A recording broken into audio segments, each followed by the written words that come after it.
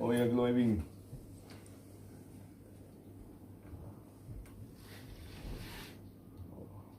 die Menschen bekriegen sich für nichts. Was ist das für ein Krieg? Was ist das für ein Streit? Was ist das Problem zwischen den Menschen, dass sie sich bekriegen, dass sie sich gegenseitig hassen und so schwer fällt den Menschen, sich gegenseitig zu lieben? Immer müssen sie einen Grund finden, damit sie sich hassen. Immer müssen sie einen Grund finden, dass sie sich nicht lieben. Immer müssen sie einen Grund finden, dass sie sich bekriegen. Und wenn sie keinen Grund gefunden haben, dann erfinden sie welche. Und sie erfinden Gründe, damit sie einen Abgrund für den anderen lernen. Warum? Wie hat das angefangen? Wo hat das angefangen? Wann hat das angefangen? Der Mensch ist zuletzt gekommen in diese Welt. Alles war vorbereitet für ihn. Die Berge, die Wälder, die Seen, Flüsse, Meeren, das Land, das Wasser, das Wetter, alles war vorbereitet für das Kommen des Menschen. Er ist der König der Schöpfung. Und er kam als König der Natur, als König dieser Welt, um zu herrschen hier in dieser Welt.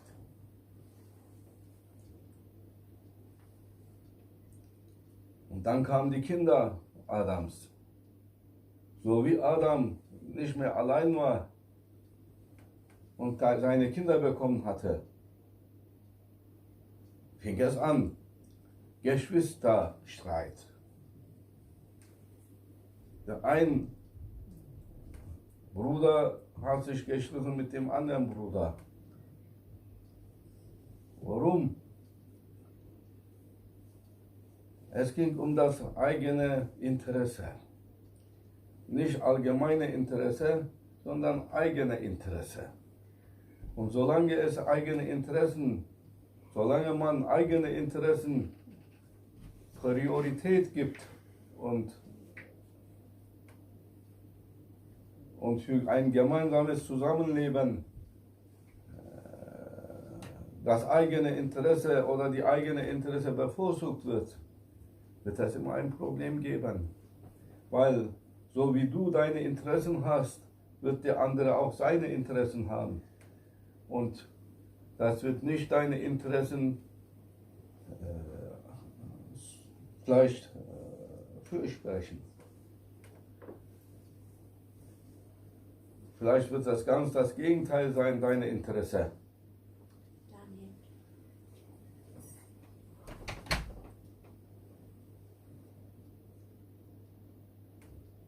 Seitdem Adam seine Kinder bekommen hat, hat es keine Ruhe gegeben in dieser Welt.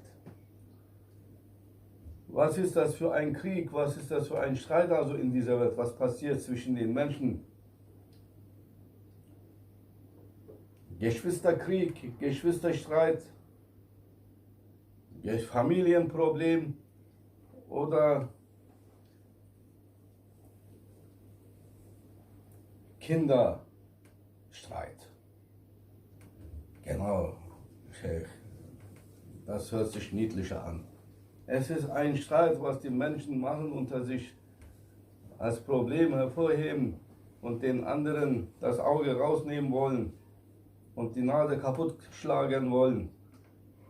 Es gehört alles zum Kinderstreit. Kinder Adams streitet sich.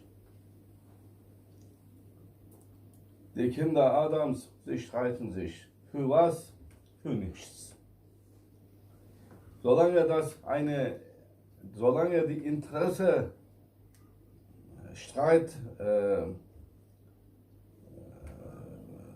Streitwert, sagt man, die Eigeninteresse ist, wird es immer um nichts gehen. Eigeninteresse, Streitigkeiten sind für nichts. Eigene Interesse wird immer einen Nichtswert haben. Und es war alles um nichts, für nichts. Und man bekommt am Ende gar nichts.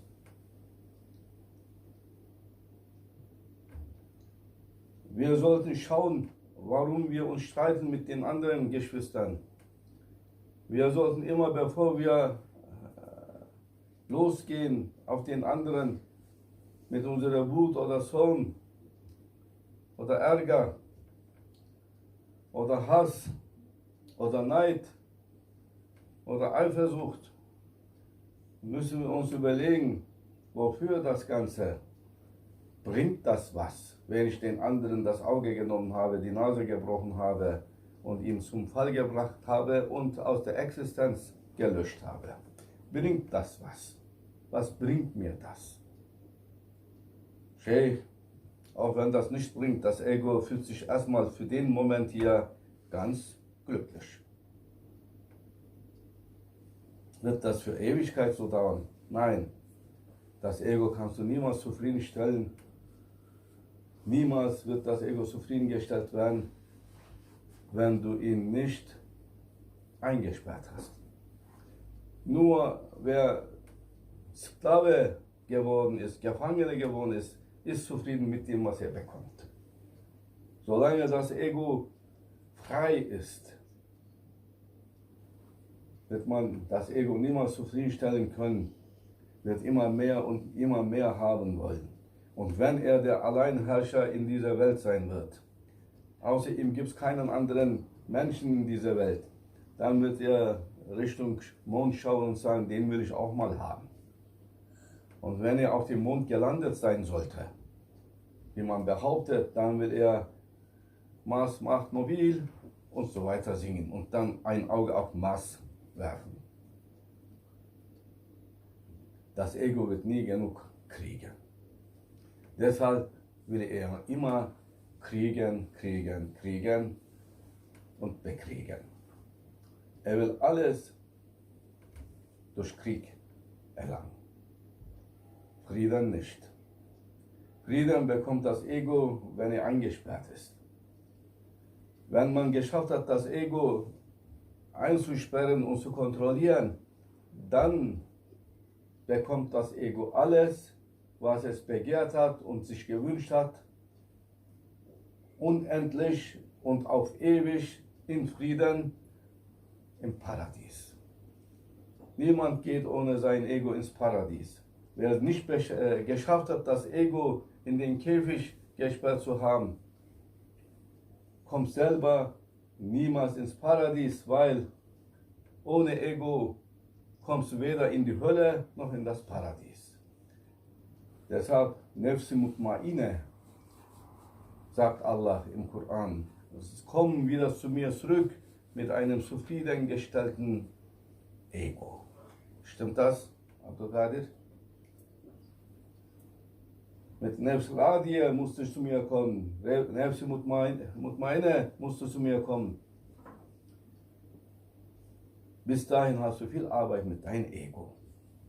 Lass diese Kinderstreitigkeiten. Wir sind aber Adams Kinder, das gehört sich so. Man kann auch in Frieden miteinander spielen, wenn man das Spielzeug weiß zu teilen. Möge Allah uns guten Willen geben und Unterstützung. Amen.